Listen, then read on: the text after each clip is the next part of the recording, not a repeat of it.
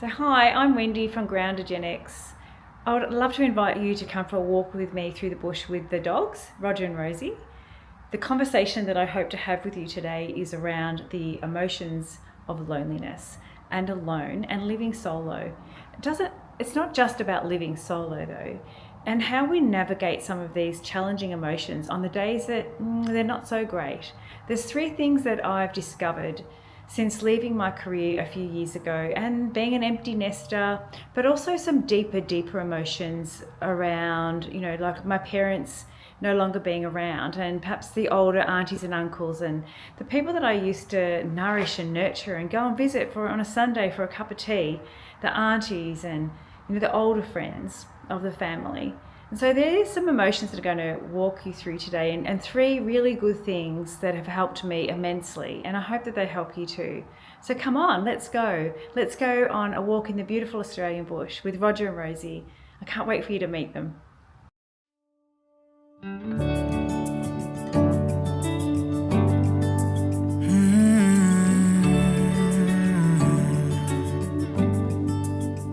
It's you in that sundress on weekends in early April, spring.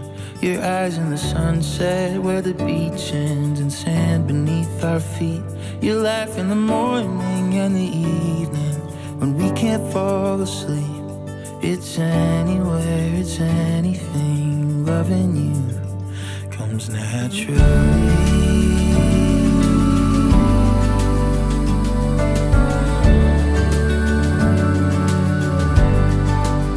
So naturally.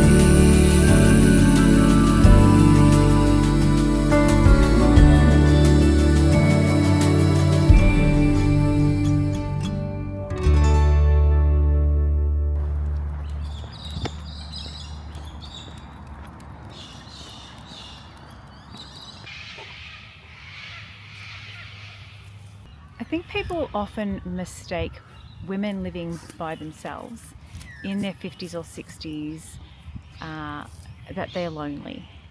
So it's not just solo living, but maybe people misunderstand it and think because we're on our own we might be very lonely. Loneliness is a feeling, it's not the status of how we live. It's important not to assume that you will feel lonely all the time if you live by yourself. So, for example, like I've got Roger and Rosie since the kids all left home and moved out, and there's times when I feel like alone in the house. I can't say that I actually feel lonely though, but not in the sense of everyday loneliness. My heart is empty, because my heart's not empty; it's full. There's a different type of loneliness though that you might recognise, and that's that deep loneliness of when people that you love and grow up with and the older generation start to die off. And so for me personally, that's where my loneliness hits me hardest. So it's not, that I wake up in the house by myself, or I've only got the dogs to talk to, which I do, and the cat, or that the kids are busy and doing their own thing. It's not that part of loneliness. The part of loneliness I would like to touch on with you today is the part that when your mum and dad pass away, your aunties and uncles have all gone. Any of those old friends that, the old aunties that are not real aunties, but your mum and dad might have had those people in your life, aunties and uncles, and they mentor you, take care of you. You drop in and have a cup of tea with them. You support them as they're getting older. You take them to meetings and to doctor's appointments and that kind of stuff. She's looking for something there. That's the loneliness that gets me, is that I miss them. I miss them all, and I feel like because I'm now that next generation, my parents are both gone, my brothers are getting older and got grandkids and doing their own thing. I don't have as many old people around me, and so that's the emptiness. So maybe not loneliness, but emptiness. Hello, sweetheart. How good to be lonely with this. So that's the emptiness that I do feel, is that sometimes I feel like I need older people to look after, and I don't know if it's to validate that I'm not getting too old, and I'm not. I don't feel that I am getting old, but it's that nurturing, caring part of us. We always like to be looking after someone, and that's the emptiness in my life. Is I feel like those people that I used to look after are all gone now, and I miss them. So if that's loneliness, I don't think it is. but I do miss them, and so that's the emotion that I have to deal with. I normally let Rosie off in here, not so much Rogie Dodgy, but Rosie I do. I let her off and she has a bit of a run.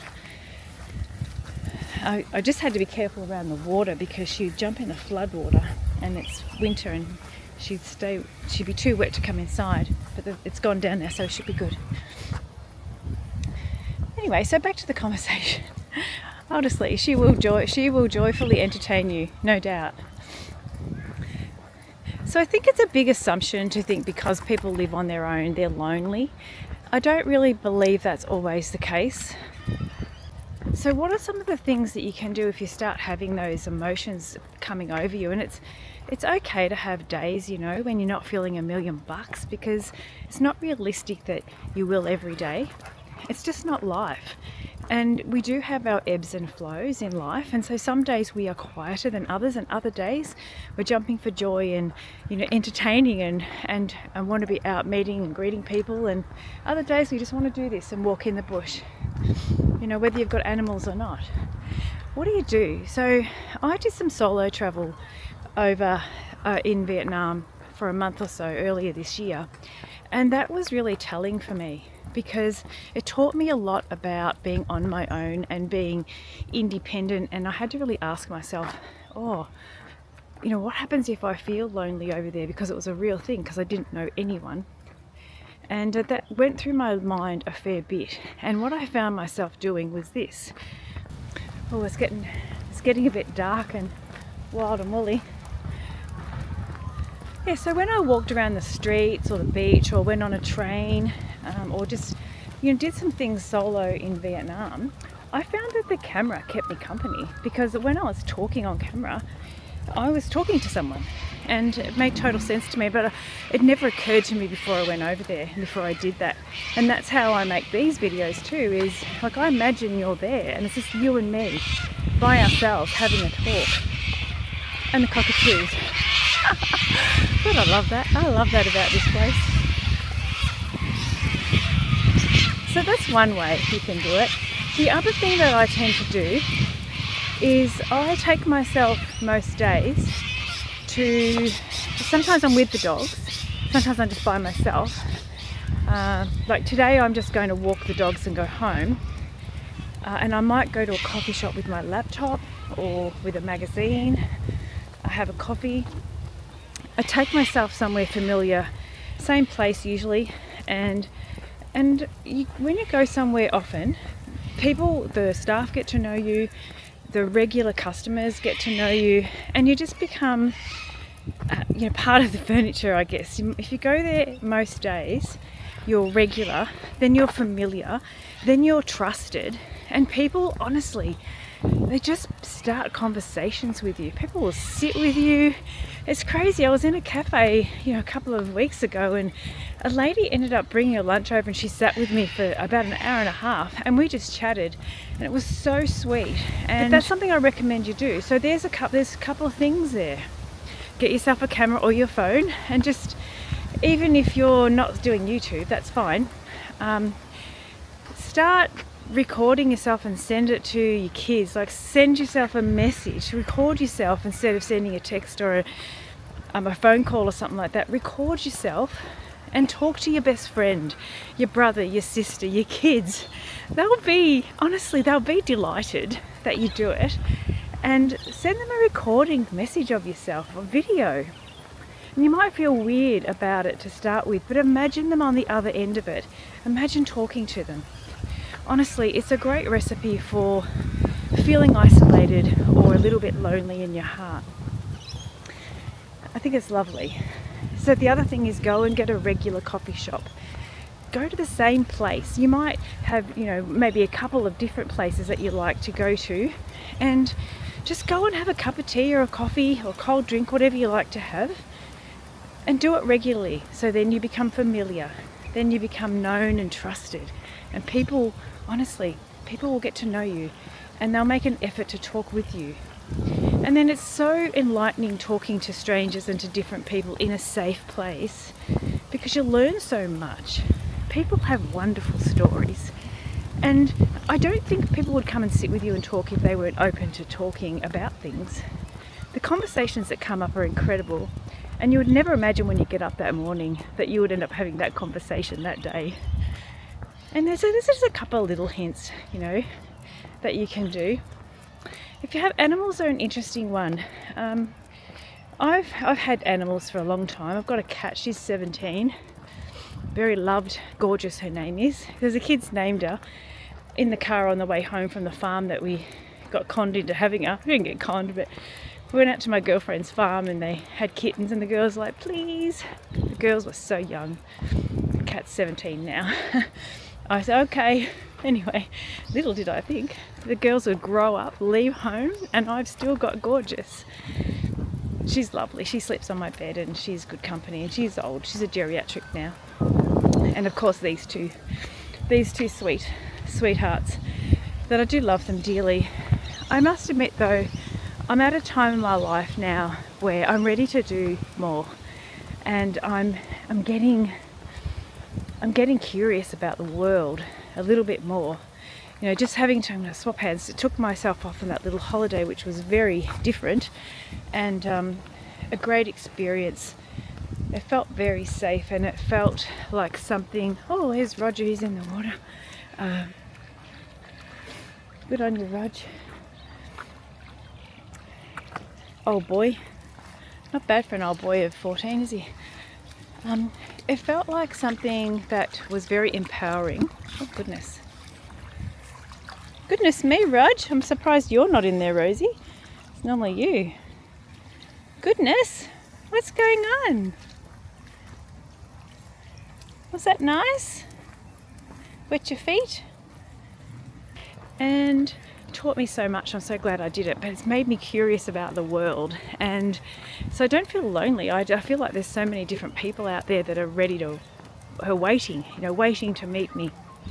But back to animals. So that's part of the caring and the responsibilities that we have. While I love them dearly, the kids have all left home. I'm going to be a grandmother in 5 weeks. I'm ready to do other things, and I do feel like they're a bit of a tie, and I don't really know what to do about that, because you feel torn with the responsibility. So I guess it's about looking at different things that you could do, like maybe have someone to come and house sit to look after them, because my kids are all away. One's here but not for long. She works but not for long. She's going back overseas in a couple of months. One's travelling Australia, one lives in the city and is having a baby. So I don't need to rely on them. They've got their own life, and I appreciate that. But yeah, so maybe if anyone's got any recommendations, I don't want to put them in a kennel, because if I went away for a month again, or 2 months, or 3 months even, I want them to be comfortable and at home and know that they're loved. So I guess that's a beauty, of as you get a bit older and empty nest, there's options for you to look at loneliness and solo life a little bit differently. The other thing too is what I do is I work a lot online. So I've mentioned it before. I have a program that I run called the Grounded Women's Circle, and so we have Zoom sessions, and they've got a resource library, and we do one-on-one consultations online. So I can do that anywhere, because I create education and things it's only for women. Might turn around. How much? I can do that from anywhere. So anywhere in Australia or anywhere overseas, as long as I've got internet, it's very doable. And so all of those things are on my mind. And like, that's the other thing about the women in the circle. Come on, buddy. You've got to come this way. Normally we keep going that way, and there's a cafe a couple of kilometres up the road, and he probably thinks we're going there. So part of my job is, I love their company. I feel so blessed that, this he's a strong little man. I feel so blessed that the women that join the group, here's a couple of people on bikes. Yeah, so I am so blessed that women trust me and join the group, and they joined for 12 months. We have lots of touch points over the month that they either have a consult with me online one-on-one, or we're inside the program. Raj, buddy, he's strong. What is down there? Not for us. Come on, buddy. No, he's a strong man. Come on, bud, come on. So we have, we have a lot of connection, and the women have a lot of connection, and it's so beautiful and supportive and rapport with each other. And so I have those touch points too. So again, it's opportunity to fill your heart with love and other people and experiences, and not be feeling the emotion of loneliness. And for every woman inside that group, when we have our Zoom calls on a late Sunday afternoon or early evening, they have every other woman in their lounge room or wherever they've got their computer too, and they're not lonely either, because we all have each other. And it's not like people join at any time. So recently I've had a few new women join, and so the women that have been in there and existing are warm and open and welcoming. After 12 months, those women will either go around and do it again, or do it month by month, or they'll leave because they've empowered to get on with their life, whatever works for them. So it's new people always meeting new people, and the connection between the women is so heartwarming. And so again, that addresses the emotion of isolation or the emotion of loneliness, and the fact that we might be living in isolation. So thank you for hanging around to the end. I really appreciate that you've stayed and listened, and you've met Roger and Rosie. And if you want to know anything, he's in again, and maybe had a bit of a laugh. If you would like to know a little bit more about who I am and what I do, I've got the links in the description, or in the description. I've got a few links there. You can have a look at the stuff that I do, which I feel very proud of and I love, and it's just beautiful, genuine work that I do. Have a great day, whatever you're up to, and maybe I'll see you tomorrow. Okay, bye.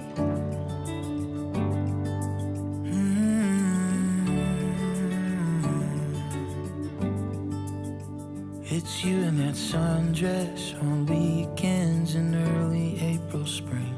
Your eyes in the sunset where the beach ends and sand beneath our feet. Your laugh in the morning and the evening when we can't fall asleep. It's anywhere, it's anything. Loving you comes naturally.